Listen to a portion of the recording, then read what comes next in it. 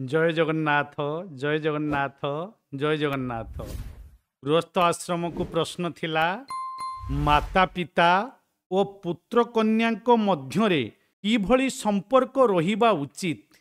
उत्तर हेउची माता पिता बुझिबा उचित जे संतान माने तांकर इहलोक ओ परलोकर उद्धार पाई संतान माने तांको ठारे जन्मग्रहण करिसेंती। निज सुख सुविधा को जलांजलि देई संतान मानकर व्यक्तित्व गढ़ी तोलिबा पितामातांकर कर्तव्य अटे। संतान को दंड देई सुद्धा पितामाता सेमानकर चरित्र को सुधार करिबा उचित।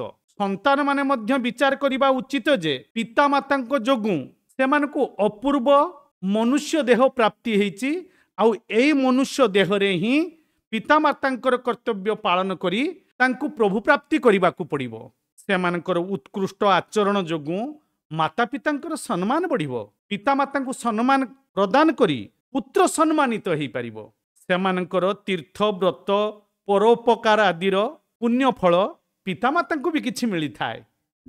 एपरि आचरण द्वारा परिवार सुखी हुए और भविष्य रे समस्तंकर कल्याण साधित हुए। आज पुणी गृहस्थ आश्रम को प्रश्न पति पत्नी परस्पर किपरि व्यवहार रहिबा उचित बा किपरि व्यवहार करिबा उचित।